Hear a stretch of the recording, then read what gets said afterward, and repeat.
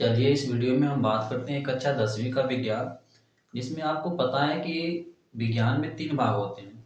ठीक, आपका जो है कि भौतिक विज्ञान होता है, रसायन विज्ञान होता है, जीव विज्ञान होता है। भौतिक विज्ञान अर्थात फिजिक्स, रसायन विज्ञान मतलब केमिस्ट्री हो गया, जीव विज्ञान मतलब जो है कि आपका बायोलॉजी हो गया। ठीक है, तो जिसमें मैंने आपको जो है कि भौतिक विज्ञान के कुछ चैप्टर जो है कि पढ़ा दिए हैं, जिसमें से 1-2 चैप्टर बाकी है, जिसे जो है कि आगे जो है कि हम पढ़ा भी देंगे। ठीक है, तो अब जो है कि शुरू करेंगे दूसरा भाग। दूसरा भाग मतलब जो है कि रसायन विज्ञान। ठीक है ना, तब उसके बाद जो है कि आपका बायोलॉजी भी शुरू कर देंगे। तो रसायन विज्ञान में आपके 4 चैप्टर हैं। रसायन विज्ञान में कितने जो है कि चैप्टर है? 4 जो है कि चैप्टर है। ठीक है, पहला होता जो है कि आपका रासायनिक अभिक्रिया एवं समीकरण। रासायनिक अभिक्रिया एवं समीकरण, जैसे यहाँ पे लिख देता हूँ मैं। तो इसमें जो है कि आपके 4 अध्याय हैं। ठीक है ना, पहला अध्याय इसमें होता है आपका रासायनिक रासायनिक अभिक्रिया अभिक्रियाएं एवं समीकरण। ठीक, फिर दूसरा जो अध्याय इसमें होता है आपका अम्ल क्षारक अम्ल क्षारक तथा लवण। ठीक, तीसरा लेसन होता है धातु तथा अधातु। ठीक, चौथा लेसन होता है आपका इसमें कार्बन तथा उसके यौगिक। ठीक, तो ये है जो है कि आपके अध्याय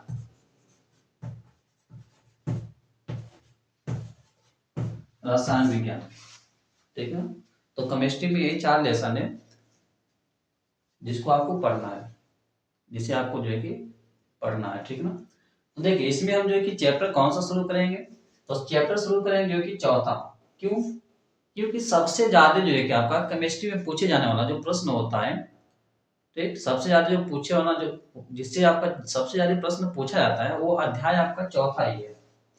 इससे जो है कि आपका जितना इन तीनों से मिला के बनेगा उतना जो है कि आधा इससे बन जाता है प्रश्न आपका। तो सबसे महत्वपूर्ण जो है कि चैप्टर आपका देखा जाए तो यही होता है। ठीक ना, वेरी वेरी इंपॉर्टेंट होता है। आधे प्रश्न आपके केमिस्ट्री के यही से पूछे जाते हैं। केमिस्ट्री में जितने भी प्रश्न बनते हैं आधे जो है कि आपके इसमें से बनते हैं। इसलिए मैं जो है कि पहले इसी को जो है कि शुरू करूंगा। और ये थोड़ा सा जो है कि बड़ा चैप्टर है, जिसकी जो है कि आप 3-4 वीडियो बनेंगे, और जितने भी जो है कि टॉपिक कराएंगे बहुत महत्वपूर्ण होगा आपके एग्जाम की दृष्टि से। ठीक है, फिर उसके बाद जो है कि जैसे ये खत्म हो जाएगा तो इन तीनों जो है कि चैप्टर को भी जो है कि मैं कवर करा दूंगा, एक एक करके जो है कि पढ़ा दूंगा। ठीक है ना, तो शुरू कौन सा करेंगे हम लोग जो है कि कार्बन तथा उसके यौगिक। तो सबसे ज्यादा पूछे जाने वाला प्रश्न है आपका, यदि देखा जाए कि रसायन विज्ञान में कौन सा चैप्टर है, तो वह है जो है कि आपका कार्बन तथा यौगिक। ठीक, फिर उसके बाद जो है कि इसमें से आपको जो है कि 3-3 नंबर 4-4 नंबर के पूछे जाते हैं, लेकिन इसमें से आपका जो है कि 10-12 नंबर का प्रश्न यहाँ से पूछ लेता है अकेला। और समझ सकते हो कितना महत्वपूर्ण है। आईपीएससी नाम वगैरह जो है कि सब इसी में पढ़ना आपको है।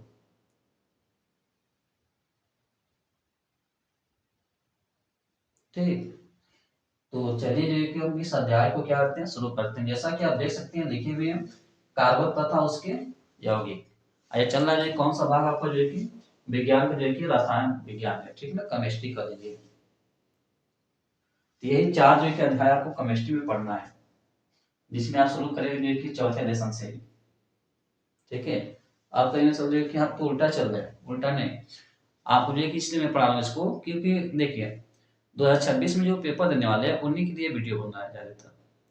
और जो 2027 में देंगे पेपर, उनके लिए तो एक नया बैच शुरू किया जाएगा शुरू से, जीरो से, और उसको जो है कि आराम से पढ़ाया जाएगा। 2027 में जो पेपर देंगे, इसमें जो है जो 9th में होंगे, ठीक है ना, तो उनके लिए एक नया बैच शुरू किया जाएगा, जिसमें आपको सारे विषय जो लगभग पढ़ाए जाएंगे। मेन मेन जो विषय होते हैं, विज्ञान हो गया, गणित हो गया, और SST भी, सामाजिक विज्ञान में हो सके तो चले आपका, फिर गणित, हाँ, अंग्रेजी हो गया, ठीक है। तो ये सारे जो विषय आपके चला जाएंगे। तो चलिए हम शुरू करते हैं इस अध्याय को, ठीक है।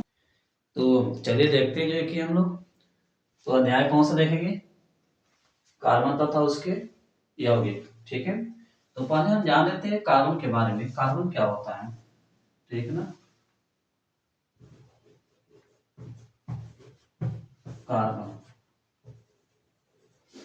तो देखिए कार्बन के बारे में हम बात करें तो कार्बन जो होता है आपका, ये कार्बन जो होता है,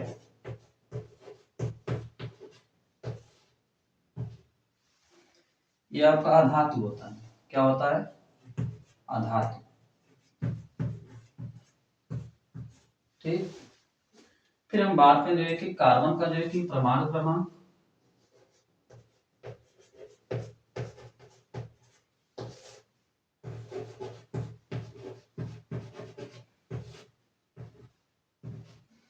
इसका परमाणु क्रमांक होता है जो है कि 6। कितना होता है, 6 होता है, ठीक है। फिर बात करें जो है कि परमाणु भार इसका,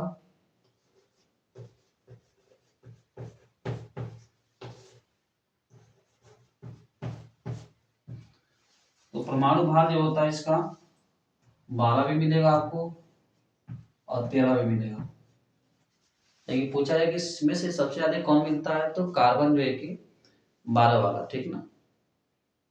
12 वाला जो होता है आपको ज्यादा मिलता है, 13 वाले प्रकृति में बहुत कम होते हैं। तो कार्बन जो याद रखिएगा, भाग कितना, 12। इसका प्रतीक क्या होता है, प्रतीक, तो आपको पता होगा कार्बन को दिखाते हैं हम किससे, C से।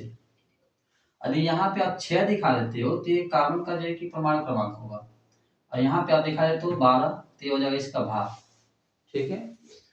परमाणु क्रमांक किससे कहते हैं, तो आप 9th में पढ़े होंगे कि किसी तत्व के परमाणुओं के नाभिक में उपस्थित प्रोटॉनों की संख्या ही उस तत्व का परमाणु क्रमांक कहलाता है, ठीक है ना। तो चलिए देखिए यहाँ पे क्या होगा। अब बात करें जो है कि इसमें प्रोटॉन और एक इलेक्ट्रॉनों की संख्या कितनी होगी, ठीक ना, या ऐसे लिख सकते हो, इलेक्ट्रॉनिक विन्यास,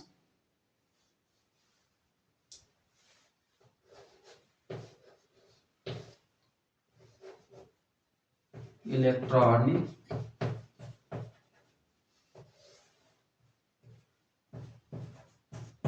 विन्यास, जो कि आप 9th में सीखे होंगे, जिसका होता है 2 और 4। ये पहला कक्षा में 2 इलेक्ट्रॉन होते हैं, दूसरा में 8 होते हैं, लेकिन इसका तो परमाणु क्रमांक 6 ही है, तो पहला कक्षा में 2 हो गया, दूसरा में 4 हो जाएगा। तो फिर इसकी बात करते हैं संयोजकता के बारे में। संयोजकता, इसकी संयोजकता कितनी होती है, तो इसकी संयोजकता हो जाएगी 4। कितनी जाएगी, 4। ये आपके जो है कि एग्जाम में पूछा जाता है विकल्पीय प्रश्न में कि कार्बन की संयोजकता कितनी होती है, तो 4 होती है। तो ये प्रश्न जो है कि आपका 2025 में पूछा भी गया है। आज का इलेक्ट्रॉनिक विन्यास में पूछा गया है कि कार्बन का जो है कि इलेक्ट्रॉनिक विन्यास क्या होता है, तो 2 और जो है कि 4 होता है, ठीक है ना। तो इस तरीके से आप इस चीज को याद रखिएगा। ये बेसिक जो है कि जानकारी है कार्बन के बारे में। कार्बन की उपस्थिति के बारे में बात करें तो लगभग जो है कि आपका जितने सारे पृथ्वी की वस्तुएं लगभग है, लगभग सब में पाई जाती है। मतलब सभी में नहीं कर सकते, लेकिन मैक्सिमम में जो है कि आपको देखने को मिल जाएगा। जैसे ये जो कपड़ा हम पहने हुए हैं, इस कपड़े में जो है कि कार्बन है, ठीक है। और जितने सारे जीव होते हैं, सभी जीवों के शरीर के अंदर भी जो है कि एक तत्व पाया जाता है, कार्बन। लकड़ी हो गया, ठीक है, कोयला हो गया, डीजल हो गया, पेट्रोल हो गया, इन सब में जो है कि आपका कार्बन होता है। लगभग कर लीजिए जितनी जलने वाली चीजें होती है ना, उसमें मैक्सिमम में जो है कि आपका ये पाया जाता है, कार्बन, ठीक है। तो ये था इसका जो है कि बेसिक जो है कि जानकारी। अब इसके आगे हम बात करेंगे जो है कि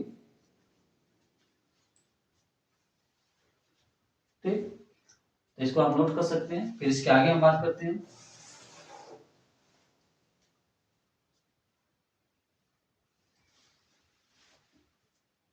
कार्बन की जो है कि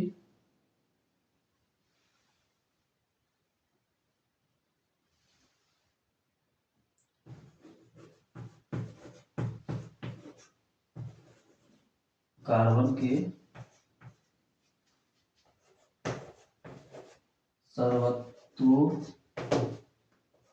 सर्वतोमुखी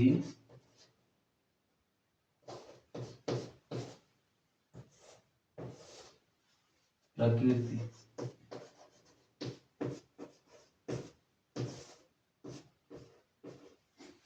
ठीक,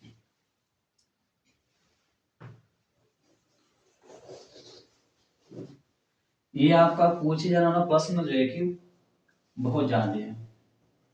एग्जाम में जो है कि यहाँ ये जो प्रश्न है बहुत सीधे पूछ लेता है कि कार्बन के सर्वतोमुखी प्रकृति को लिखिए या इसका उल्लेख कीजिए। ये सीधे प्रश्न आपको 2025 में पूछा भी गया है, बार बार पूछे जाने वाला प्रश्न ये है। तो इसको जो है कि आप क्या कर लेंगे, इसको जो है कि आप इम्पोर्टेंट कर लीजिएगा, ठीक है ना, IMP इम्पोर्टेंट। तो बहुत ज्यादा पूछे जाने वाला ये भी प्रश्न है। तो चलिए देखिए क्या क्या जो है कि कार्बन की जो है कि प्रकृति होती है, गुण होता है इसका, ठीक है ना, गुण भी कर सकते हैं। तो चलिए एक एक करके हम जानते हैं। तो इसकी जो है कि निम्न गुण होते हैं या निम्न प्रकृति होती है इसकी, ले सकते हैं यहाँ पे निम्न जो है कि इसकी प्रकृति होती है। ठीक, तो पहला इसका प्रकृति क्या होगा, पहला होता है कि श्रृंखलन का गुण।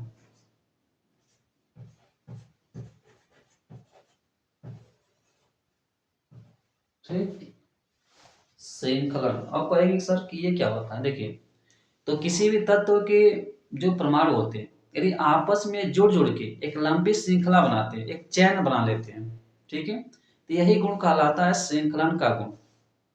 ये जो है कि कार्बन में पाया जाता है, कार्बन के जो परमाणु होते हैं वो आपस में जुड़ जुड़ के एक लंबी श्रृंखला बनाते हैं। ठीक, तो हम कह सकते हैं जो है कि कार्बन में जो है कि यह गुण पाया जाता है। इसी कारण से जो है कि इसके इसी तरीके से जो है कि ये बहुत सारे जो है कि यौगिक बना लेता है आपस में जुड़ जुड़ के। कार्बन के जो यौगिक है, ठीक ना, लगभग जो है कि हाँ 3 मिलियन से भी ज्यादा है। 3 मिलियन मतलब 30 लाख से भी ज्यादा है इसके यौगिक।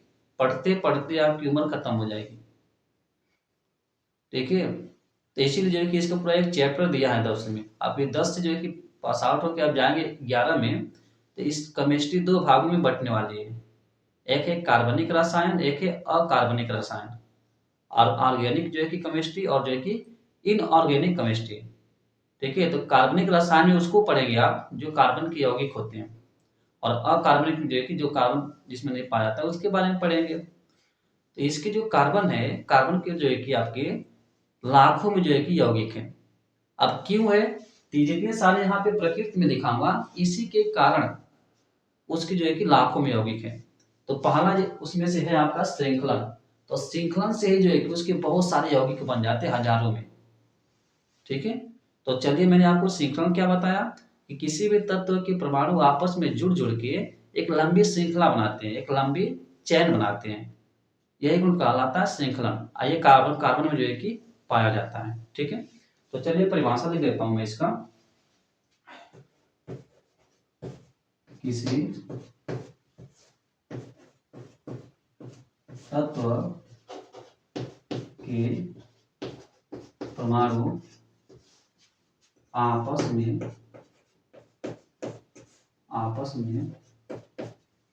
जुड़कर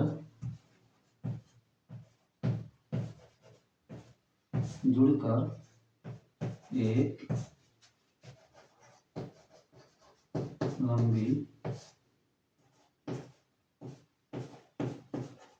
श्रृंखला, ठीक है,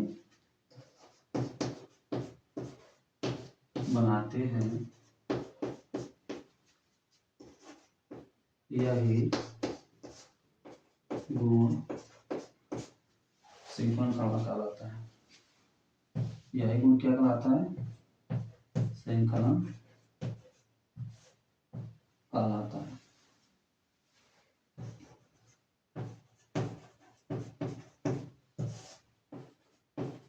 ठीक, फिर लिख सकते हैं यह गुण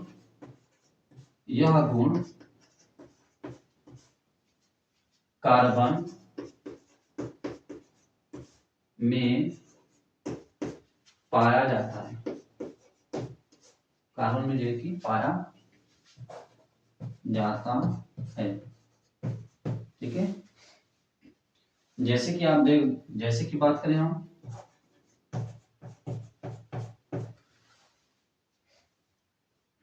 जैसे यहाँ देखिए एक कार्बन है, एक यहाँ पे एक कार्बन है, एक कार्बन हो गया। ठीक है, ये आपस में ऐसे जुड़ जाती है। ठीक, आपस में से क्या होंगे? जुड़ेंगे। एक कार्बन जो है कि परमाणु है, ऐसे जुड़ जुड़ के क्या बना लेते हैं? एक लंबी जो है कि श्रृंखला बना लेते हैं ऐसे। ठीक, तो ये कहलाता है क्या? आपस श्रृंखलन का गुण। तो यहाँ पे देखिए एक चीज और बता देता हूँ मैं। कार्बन जो होता है ये 4 बंध बनाता है। कौन कौन से बंध? कितने बंध बनाता है? 4 बंध। कैसा बंध बनाता है? सहसंयोजी बंध बनाता है। ठीक है, तो उसके बारे में भी नहीं बात की है, तो इसके बारे में भी बात करेंगे इसके बाद। ठीक है ना, तो 4 ऐसे सहसंयोजी बंध बनाता है। तो एक बंध तो कार्बन से जुड़ा हुआ है। किससे जुड़ गया? कार्बन से। तो इसके 3 जो बचे हुए हैं, वहां से जो है कि आपके हाइड्रोजन जो है कि जुड़ेंगे। क्या जुड़ेंगे? ऐसे हाइड्रोजन जुड़ जाते हैं। ठीक है, एक फ्री है ये, यहाँ पे जोड़ सकते हैं हम लोग। तो यहाँ पे लिखेंगे तब जो है कि CH3, फिर यहाँ पे हो जाएगा CH2। अभी आपको नहीं समझ में आएगा ये CH3। ठीक है, तो एक देखिए लंबी श्रृंखला बना है। और इसका नाम क्या होता है? तो नाम जो है कि इसका बारे में बात करें हम, तो कार्बन कितने हैं? कार्बन कितने हैं? 1 2 3 4 5। तो 5 है, तो यहाँ पे पेंट। क्या जोड़ते हैं? N, तो पेंटेन हो जाएगा इसका नाम। ये एक कार्बन जो है कि यौगिक हो गया कार्बन का। ठीक है, ऐसे जो है कि आप ले सकते हैं और भी। जैसे मान लीजिए कि कार्बन यहाँ पे 1 2 3 जुड़ा है, इसका नाम अलग होगा। यहाँ पे हाइड्रोजन जोड़ लेते हैं हम लोग। हाइड्रोजन यहाँ पे जो है कि 3, यहाँ पे हाइड्रोजन 2, यहाँ पे हाइड्रोजन जो है कि 3। अब इसका नाम अलग होगा। वहां पे 5 कार्बन के परमाणु आपस में जुड़े थे, यहाँ पे 3 जो है कि जुड़े हुए हैं, तो इसका नाम अलग होगा। कितने? 1 2 3। तो 3 के लिए लगाते हैं प्रोप। क्या लगाते हैं? प्रोप। कार्बन के मध्य सिंगल बॉन्ड है, तो एन लगाते हैं, प्रोपेन। ठीक है, तो देखिए इसका नाम अलग हो गया, इसका नाम अलग हो गया। तो ऐसे ही करते करते जो है कि हजारों यौगिक खाली श्रृंखलन के गुण से ही बना लेते हैं ये। इसीलिए जो है कि इसकी कह सकते हैं हम मिलियनों में या जो है कि लाखों में जो है कि यौगिक है कार्बन के, जिसको पढ़ते पढ़ते हमारी उम्र भी खत्म हो सकती है। ठीक है ना, इतने ज्यादा इसके यौगिक हैं। चलिए अगला गुण बात करते हैं हम लोग, अगले गुण के बारे में।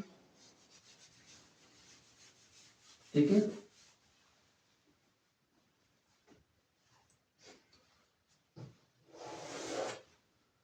दूसरा गुण इसका देखेंगे हम लोग, तो श्रृंखलन का गुण हो गया। ठीक, फिर जो है कि हम देखेंगे 4। ठीक है, 4 सह संयोजी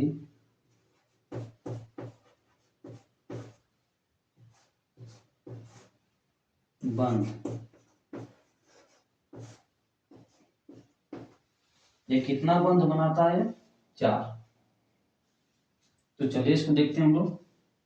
तो अगला जो है कि गुण देखते हैं, या जो है कि कर लीजिए प्रकृति जो है कि देखते हैं इसकी। तो कार्बन जो होता है ये 4 जो है कि सहसंयोजी बंध बनाता है। अब कहेंगे सहसंयोजी बंध क्या होता है?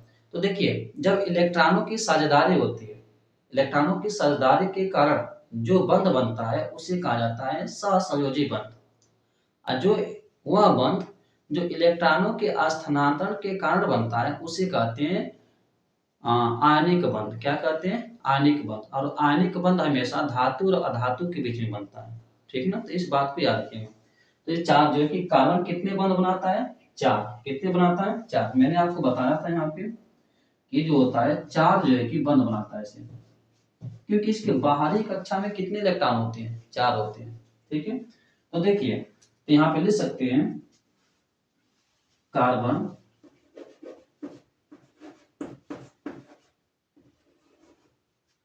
कार्बन 4 सह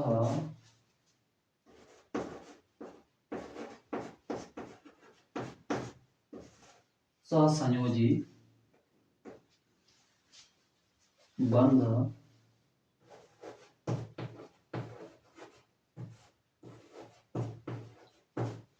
बनाता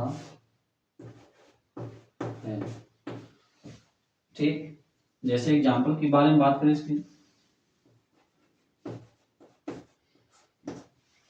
जैसे देख लीजिए यहाँ पे रहते हैं कि यहाँ पे कार्बन, तो इसके 4 बंध होते हैं ऐसे, और यहाँ पे क्या जुड़ जाते हैं? हाइड्रोजन। क्या जुड़ेंगे यहाँ पे? देखिए हाइड्रोजन।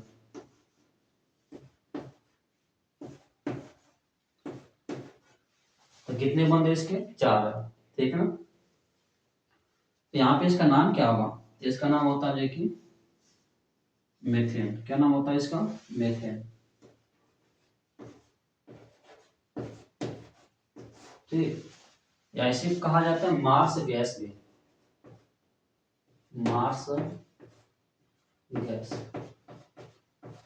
ये मेथेन गैस जो होता है आपका दलदली स्थानों से जो है कि जहाँ पे मतलब कोई भी चीज सड़ता गलता है वहां से आपका निकलता है मेथेन गैस। ठीक है, इसलिए इसको कहा जाता है मार्स गैस भी। तो ये इसका जो है कि देखिए कार्बन ने कितने बंध बनाया है? 4 जो है कि बंध बनाया है। इसका जो है कि अणु सूत्र लिखेंगे तो क्या बनेगा आपका? CH4 बन जाएगा। ठीक ना, ऐसे CH4। तो चलिए आगे देखते हैं कि ये दूसरा गुण हो गया।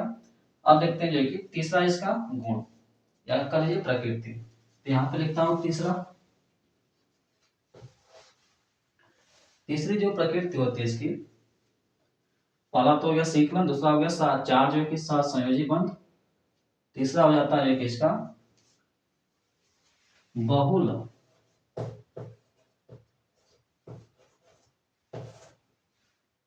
बहुल जो है कि बंध। बहुल बंध,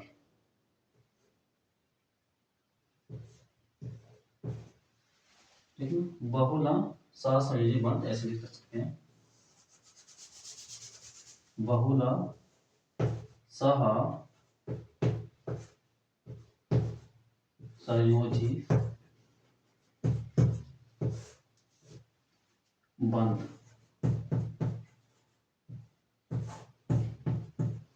ठीक है, बहुल सह संयोजी बंध।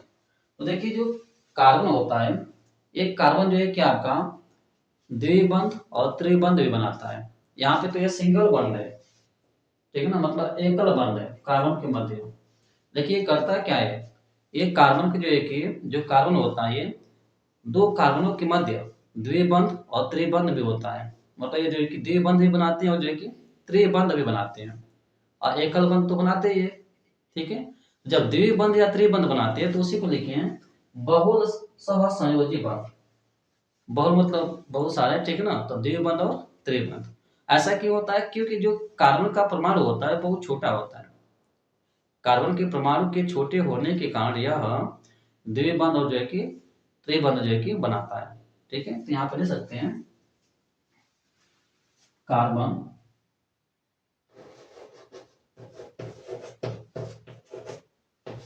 कार्बन के परमाणु के छोटे होने के कारण बहुल बहुल का मतलब कोष्ठ में आपके देता हूं,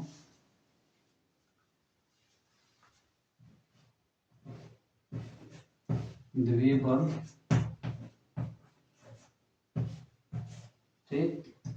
या जो है कि त्रिबंध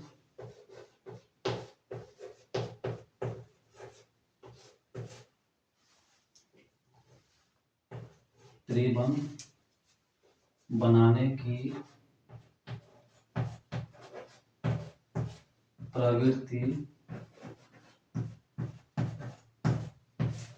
होती है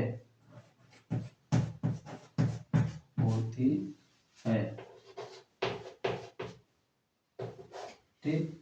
बात करें जैसे के बारे में,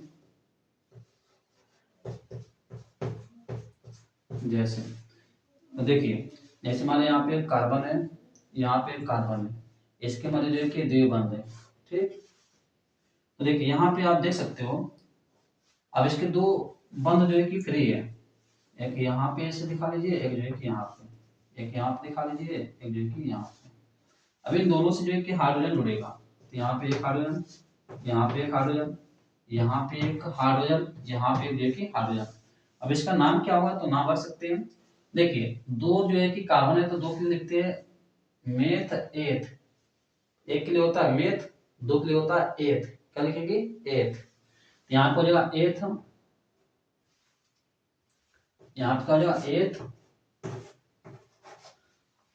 डबल बंद है तो इसके लगाते इन, क्योंकि ये एल्किन समूह का है, एल्किन का होता सिंगल बंड होता तो इन लगाते, एल्किन समूह का है तो यहाँ पे इन लगाएंगे, तो हो जाएगा एथिन, क्या हो जाएगा एथिन। तो ये इसका जो है कि नाम हो जाएगा।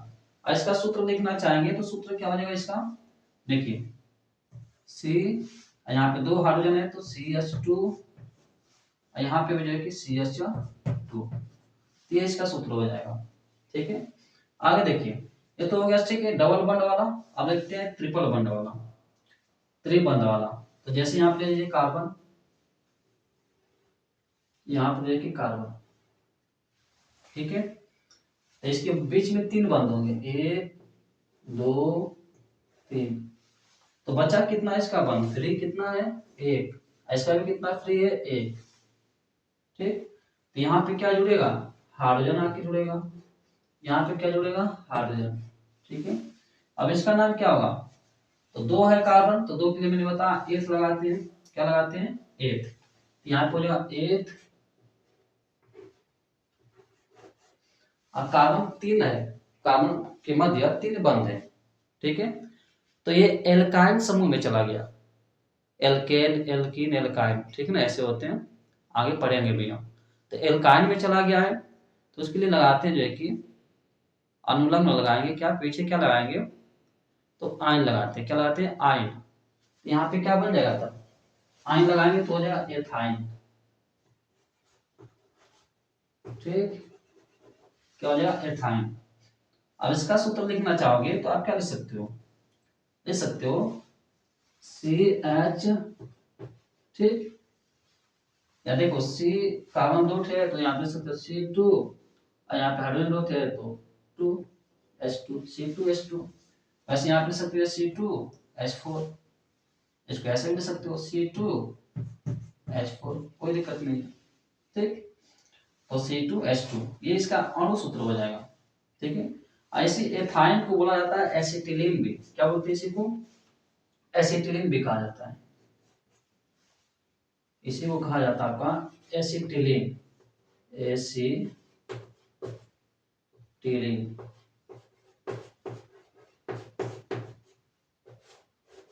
मात्रा वगैरह गलत हो सकता है ज्यादा ठीक है, छोटी बड़ी की मात्रा। तो एसिटिलीन गैस, और यही जो आपका होता है, मैंने हाँ यही जो होता है बायो में जब पढ़ाएंगे आपको, तो आपको जो फल वगैरह होता है फलों को पकाने के लिए ठीक ना, उनमें पाया जाता है जो है कि एक हार्मोन होता है ठीक है, एक गैस होती है, कह लीजिए जब पढ़ाएंगे पादप हार्मोन के बारे में, तो उसी में पाया जाता है जो कि आपका एथाइन या एथिलीन भी कहा जाता है ठीक है। तो उसी को कहा जाता है एसिटिलीन गैस, और यही गैस जो होती है ना फलों को पकाने में सहायक होती है, फलों को जो पकाने में जो है कि यही एसिटिलीन गैस सहायक होती है, या कह लीजिए एथाइन या एथिलीन भी कहा जाता है इसी को ठीक है। ये हो गया द्विबंध, ये हो गया त्रिबंध, तो ये इसके एग्जाम्पल आप लिख सकते हो ऐसे। तो ये देखिए बहुत ही इंपॉर्टेंट जो है कि आप बताइए कार्बन की जो है कि सर्वतोमुखी प्रकृति, जो आपके जो है कि 4 नंबर से जो है कि कम के नहीं आते हैं। तो 4 नंबर या 6 नंबर का आपका ये प्रश्न पूछ लिया जाता है। आप इतना जो है कि इसको नोट कर सकते हैं। तो चलिए बात करते हैं जो है कि अगले टॉपिक के बारे में। तो अगला अगला जो है कि आपका टॉपिक क्या है, तो हम देखेंगे जो है कि अब कार्बन की जो है कि अपरूप। ठीक है, क्या देखेंगे, कार्बन की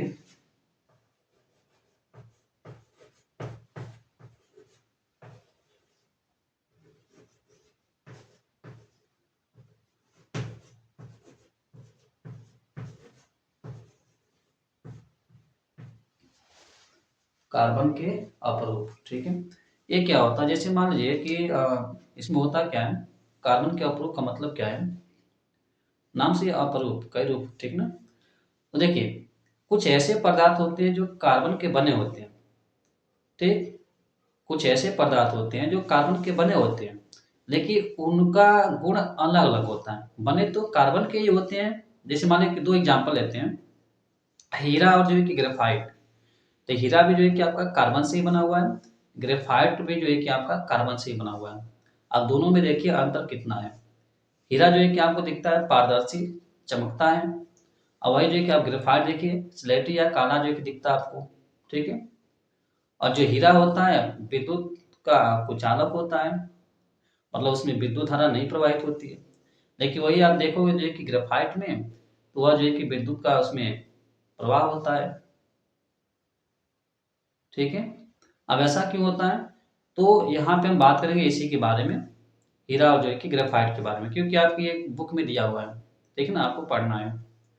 तो यहाँ पे देखिए बात करते हैं पहले अपरूप क्या होता है। तो मैंने क्या कहा कि वे पदार्थ जो एक ही तत्व के परमाणुओं से मिलकर बने होते हैं, एक ही तत्व के परमाणुओं से मिलकर बने होते हैं, लेकिन उनकी संरचना अलग होने के कारण उनके गुण भिन्न भिन्न होते हैं।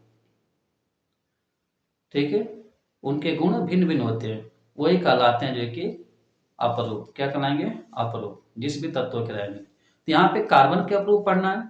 तो जो पदार्थ होंगे कार्बन के बने होंगे, और उनके अंदर जो कार्बन जुड़ने की जो संरचना होगी, वो जो है कि दोनों में अलग अलग होगी, जिस कारण से उनका गुण भी अलग अलग होता है, तो उसे कहते हैं कार्बन के अपरूप। इसके एग्जाम्पल बहुत सारे हैं, हीरा हो गया, ग्रेफाइट हो गया, फुलरिन हो गया, ये सब क्रिस्टली में आते हैं। और क्रिस्टली में जैसे कोयला हो गया, कोक हो गया, ठीक है ना, ये सब आते हैं आपकी। तो हमको पढ़ना क्या, हीरा और ग्रेफाइट के बारे में। तो चलिए इसका परिभाषा लिख देता हूं मैं पहले, कि वे पदार्थ जो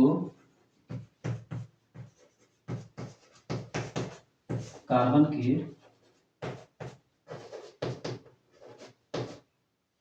बने होते हैं,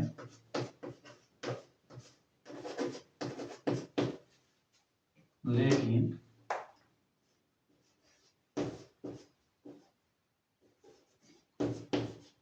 लेकिन उनकी उनकी संरचना एवं गुण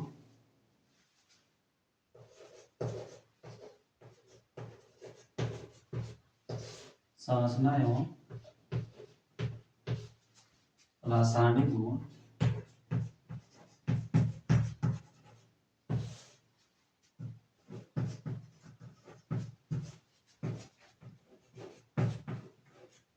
भिन्न भिन्न होते हैं,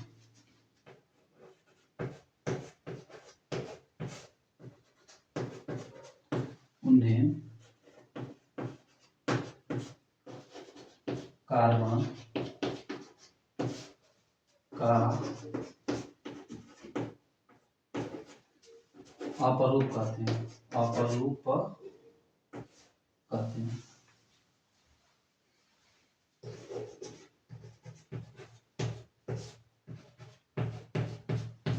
तो मैंने क्या लिखा कि वे पदार्थ जो कार्बन के बने होते हैं, लेकिन उनकी संरचना एवं रासायनिक गुण भिन्न भिन्न होते हैं, उन्हें हम जो है कि कार्बन का अपरूप कहते हैं। ठीक है ना। तो देखिए यहाँ पे हम बात कर लेते हैं जो है कि कौन कौन से होते हैं। तो क्रिस्टली में बात करें, क्रिस्टली आप कहेंगे ये क्या होता है सारी चीजें। ठीक है, तो आप 11th में जाएंगे तो बात करें क्रिस्टलिक मतलब कि उसमें जो कार्बन के परमाणु होंगे वो एक जो है कि एक सही तरीके से व्यवस्थित होते हैं। जैसे कहने का मतलब यह है, जैसे मान लीजिए कि ये कोई पदार्थ है, इसके जो कण होते हैं ना इस प्रकार से व्यवस्थित है एक श्रृंखला में से, ये क्रिस्टल ही होगा। लेकिन वही मानो कोई एक पदार्थ यहाँ पे है, इसका कण यहाँ पे है, वो कण यहाँ पे ऐसे है, ऐसे है, तो ये जो कण होंगे इसके, ठीक है, एक जो है कि सीधे में व्यवस्थित नहीं होते, एक लाइन में व्यवस्थित नहीं है। देखो कभी कण ऐसे है, ठीक है, तो यहाँ से जो है कि आपका लाइन जो है कि नहीं बना। देखिए ये जो कण होते हैं इसमें क्रिस्टल में एक लाइन में जो है कि व्यवस्थित होते हैं, एक के ऊपर एक, ठीक है ना, तो वही होता है क्रिस्टल। तो इसके देखिए हम बात करें जैसे में जो है कि यहाँ पे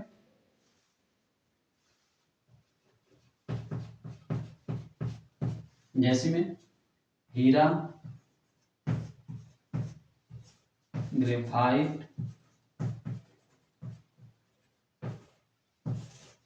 फिर जो है कि वह फुलेरिन, फुलेरिन, फुलेरिन को ही बोला जाता है बाकी बॉल, बाकी बॉल, ठीक है, याद रखिएगा। अब फुलेरिन का सूत्र क्या होता है, इसका सूत्र होता है जो कि सी, मतलब इसमें कार्बन होते हैं 60 वो, तो C60 ऐसे, ये याद रखिएगा, ये फुलेरिन का होता है। बाकी आपको पढ़ना ही है, ठीक है ना। तो चलिए हम दोनों को जो है कि कंपेयर करते हुए पढ़ेंगे हम। तो एक जो है कि साइड में लिखेंगे, यहाँ बनाते हैं दो कॉलम, एक में रहेगा आपका हीरा और एक में रहेगा आपका ग्रेफाइट। एक तरीके से समझिए कि दोनों में अंतर चलेगा, ठीक है ना। तो एक में मैं ले लेता हूं हीरा को, हीरा लाल, दूसरे में ले लेते हैं ग्रेफाइट,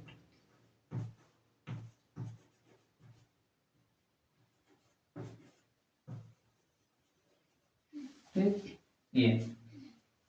चलिए अब इनको समझते हैं हम लोग।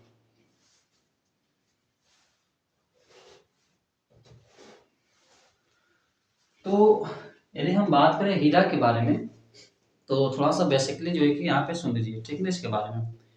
हीरा जो होता है ये भी कार्बन से बना है, ग्रेफाइट भी किससे बना है, कार्बन से बना है, फुलेरिन भी किससे बना है, कार्बन से बना है, ठीक। जो फुलेरिन होता है एक जो वॉलीबॉल होता है उसके जैसा दिखता है, मतलब उसमें जो कार्बन जुड़े होते हैं इस प्रकार से जुड़े होते हैं, उसका स्ट्रक्चर बन जाता है वॉलीबॉल, वॉलीबॉल के जैसा, इसीलिए उसको बोला गया बाकी बॉल भी, बास्केटबॉल भी बोल सकते हैं, ठीक है ना। तो कितने कार्बन जुड़े रहते हैं, 60 कार्बन, तो इस चीज को याद रखिएगा, बाकी बॉल में कितने कार्बन होते हैं, 60 कार्बन होते हैं। अब हीरा के बारे में बात करें तो हीरा भी कार्बन से बना है, तो इसमें प्रत्येक कार्बन मतलब हर एक कार्बन अन्य 4 कार्बन परमाणुओं से जुड़ा होता है, अन्य 4 कार्बन परमाणुओं से जुड़ा होता है, ठीक है। और कौन से बंध के द्वारा, सहसंयोजक बंध के द्वारा, और उसी सहसंयोजक बंध के कारण हीरा जो है कि कठोर होता है, मजबूत होता है, ठीक। और ग्रेफाइट क्या होता है, तो ग्रेफाइट जो होता है ये भी कार्बन से ही बना है, इसमें और कोई तत्व की परमाणु नहीं है, और कोई तत्व नहीं है। तो हम कह सकते हैं कि ये ग्रेफाइट में क्या होता है कि प्रत्येक कार्बन 3 अन्य कार्बन परमाणुओं से जुड़ा होता है। अब कहोगे सर ये क्या, देखिए हीरा में था एक कार्बन 4 जो है कि अन्य कार्बन परमाणुओं से जुड़ा होता है, और ग्रेफाइट में क्या है, एक कार्बन 3 जो है कि अन्य कार्बन परमाणुओं से जुड़ा हुआ है। हम जानते हैं कि कार्बन जो होता है 4 जो है कि बंध बनाता है, तो 3 से जुड़ा है तो एक उसका फ्री होगा, मतलब इलेक्ट्रॉन एक फ्री होगा, ठीक है। तो चलिए इसको हम बोर्ड पे समझते हैं आसानी से। तो मैंने क्या कहा, यहाँ पे जो एक कार्बन होगा वो 4 जो है कि अन्य कार्बनों से जुड़ा होता है इसे,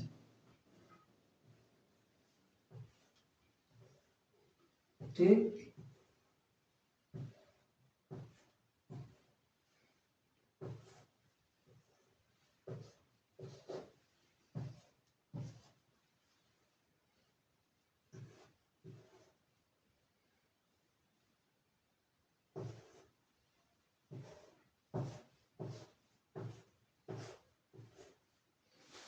अब देखिए, यदि हम बात करें यहाँ पे, तो इस कार्बन को देखिए ध्यान से,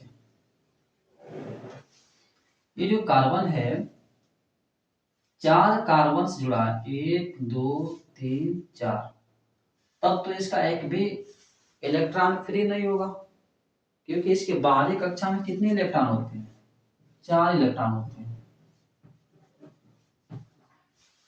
अभी तो ये 4 बंध बनाता है, 4 संयोजी सहसंयोजी बंध जो कि बनाता है ये, ठीक है। तो एक भी इलेक्ट्रॉन फ्री नहीं है। ऐसे ही इस कार्बन को भी ध्यान से देखो,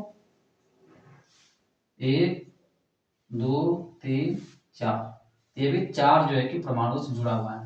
तो ऐसे जितने सारे होते हैं, मत कहिए कि सर ये तो 2 ही से जुड़ा है, नहीं, ऐसे जो है कि इस प्रकार से ये व्यवस्थित होता है, इस प्रकार से जुड़े होते हैं कि हर एक कार्बन 4 अन्य कार्बनों से जुड़ा होता है। ये इस प्रकार से जो है कि इसकी संरचना होती है ग्रेफाइट की।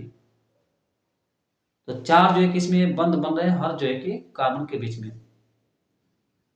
इसी कारण से हीरा जो है कि आपका कठोर होता है, मजबूत होता है, ठीक है। तो याद रखिएगा। अब इसमें क्या होगा, ग्रेफाइट में देखिए, ग्रेफाइट में जो होता है प्रत्येक कार्बन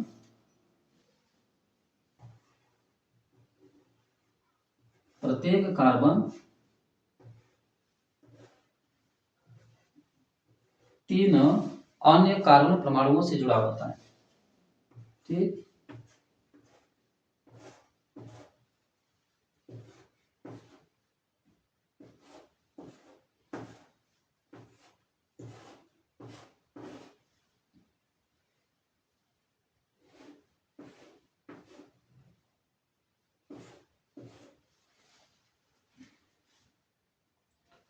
जैसे देखिए, अब इसको आप ध्यान से देखिए, इस वाले को, तो ये कार्बन कितने कार्बन से जुड़ा हुआ है, 1 2 3, तो एक बंद इसका फ्री है, मतलब इसका एक इलेक्ट्रॉन तो फ्री हो गया, तो यहाँ पे एक इलेक्ट्रॉन इसका फ्री है, ठीक। अब इस कार्बन को भी ध्यान से देखिए, 1 2 3 से भी जुड़ा है, तब इसका भी जो है कि एक इलेक्ट्रॉन फ्री होगा, ठीक। ऐसे इसका भी देखिए, 1 2 3, तो इसका भी एक जो है कि इलेक्ट्रॉन फ्री होगा। ऐसे इसका भी देखेंगे तो एक इलेक्ट्रॉन फ्री होगा, ठीक है। तो ये इस प्रकार से चलता है, लेकिन यहाँ पे थोड़ा इसको हम हटाते हैं,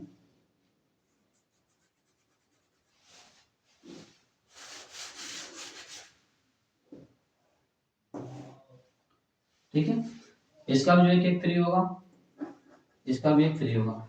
अब देखिए, मतलब कि ग्रेफाइट में प्रत्येक कार्बन परमाणु अन्य 3 कार्बन परमाणुओं से जुड़ा होता है, तो हर एक कार्बन के पास एक इलेक्ट्रॉन फ्री होता है, और उसी इलेक्ट्रॉन के कारण हम पढ़े हैं जो है कि जो मेटल होते हैं, जो धातु होते हैं, उनमें विद्युत का प्रवाह किसके कारण होता है, इलेक्ट्रिसिटी क्यों बहती है उसके अंदर, क्योंकि धातुओं के अंदर पाए जाते हैं मुक्त इलेक्ट्रॉन, या कह लो फ्री इलेक्ट्रॉन होते हैं, या स्वतंत्र इलेक्ट्रॉन होते हैं।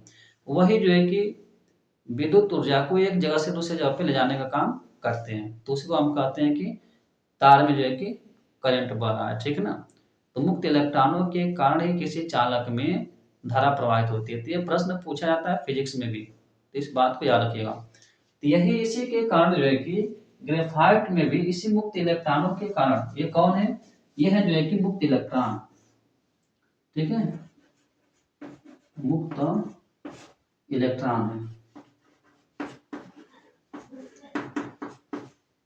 ऐसी जो है कि मुक्त इलेक्ट्रॉन के कारण क्या होती है, विद्युत का प्रवाह होता है,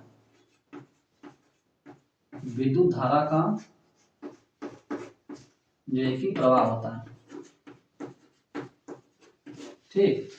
इसी के कारण जो है कि विद्युत धारा का प्रवाह होता है ग्रेफाइट में। तो आप देखेंगे जो पेंसिल होती है ना, पेंसिल की जो नोक होती है, जो रॉड होता है उसमें लगा होता है, वो आपका ग्रेफाइट का ही बना होता है, और उसमें विद्युत का प्रवाह होता है। इसी कारण से इसका प्रयोग किया जाता है इलेक्ट्रोड के रूप में, किस रूप में, इलेक्ट्रोड के रूप में। आगे हम बात करेंगे क्या होता है, ठीक है। तो यहाँ पे आपने समझ लिया हीरा और ग्रेफाइट किस प्रकार से इसमें कार्बन जुड़े होते हैं। तो हीरा में जो है कि प्रत्येक कार्बन 4 अन्य कार्बन कार्बन परमाणुओं से जुड़ा होता है। ग्रेफाइट में जो होता है कार्बन, ठीक है, इसमें जो है कि आपका प्रत्येक कार्बन जो है कि 3 अन्य कार्बन परमाणुओं से जुड़ा होता है और इसमें एक जो एक इलेक्ट्रॉन फ्री होता है। इसी कारण से इसमें विद्युत और ऊष्मा का प्रवाह होता है। लेकिन हीरा में जो है कि कोई इलेक्ट्रॉन फ्री नहीं है, जिस कारण से जो है कि हीरा में विद्युत का प्रवाह नहीं होता है। तो हम कह सकते हैं हीरा जो होता है विद्युत का कुचालक होता है और जो आपका ग्रेफाइट होता है विद्युत का सुचालक होता है, ठीक। अब चलिए इसमें अंतर लिखते हैं। ये तो था आपका स्ट्रक्चर बना के मैंने समझा दिया। अब इसमें अंतर पूछा जाए तो आप कैसे लिखेंगे, तो चलिए इसको हम लिखते हैं।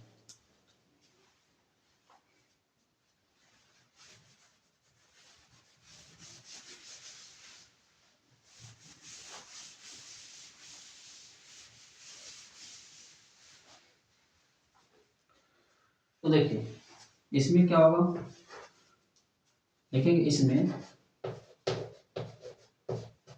ठीक है, प्रत्येक कार्बन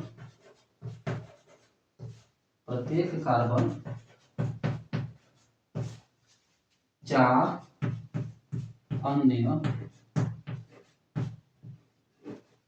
अन्य कार्बन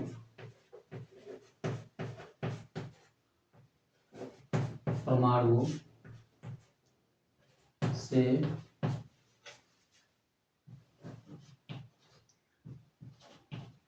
जुड़ा होता है, ठीक।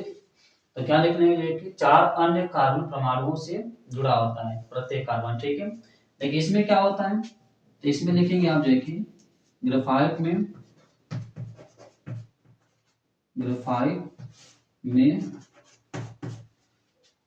एक या प्रत्येक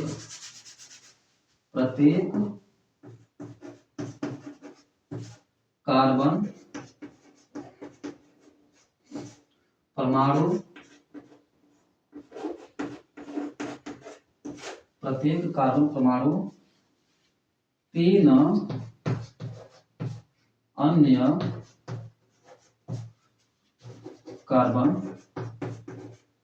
परमाणु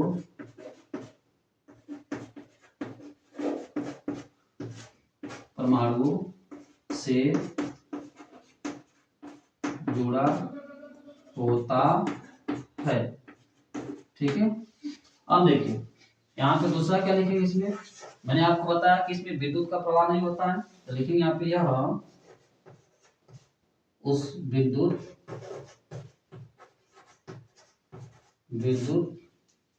का कुचालक होता है, ठीक है, होता है। इसमें क्या लिखेंगे दूसरा, यह विद्युत का सुचालक होता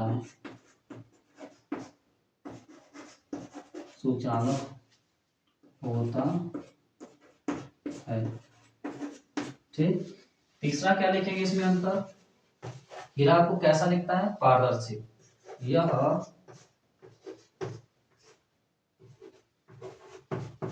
पारदर्शी होता है।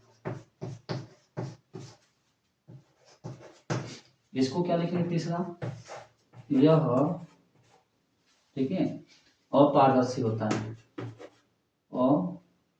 अपारदर्शी अर्थात किस रंग का होता है, देखिए काला या लड़की, ठीक है, अर्थात काले रंग का होता है, ठीक है,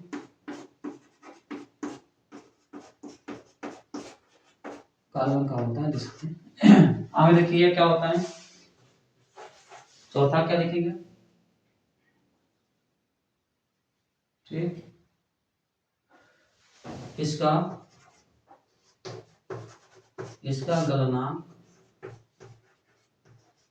गलनांक उच्च होता है,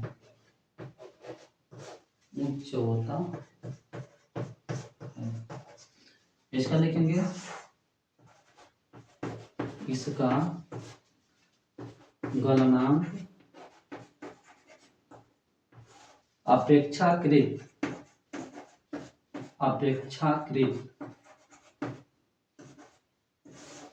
कम होता है।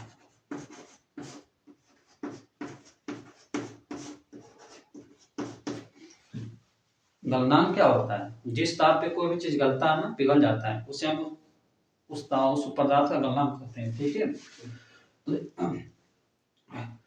और जो हीरा होता है उसका गलनांक कुछ होता है, और जो ग्रेफाइट होता है उससे तो इसका गलनांक कम रहेगा। ठीक है ना, तो ये लिखे अपेक्षाकृत। अपेक्षाकृत का मतलब उससे कंपेयर करके लिखे हैं। ठीक है ना, आयरन है कि इसका कम होता है, लेकिन इसका जो गलनांक उच्च होता है, लेकिन हीरा के कंपेरिजन में देखा जाए तो इसका कम होगा, इसीलिए लिखा हूं मैं अपेक्षाकृत। ठीक है, ये अंतर इसमें आप ले सकते हैं हीरा और जो है ग्रेफाइट में। तो ये जो है कि मैं लिख देता हूँ यहाँ पे अंतर। ठीक है, ये क्या जो है कि हीरा और ग्रेफाइट में ये अंतर है। आपसे पूछा जाए जो है कि अंतर तो लिख सकते हैं इसे।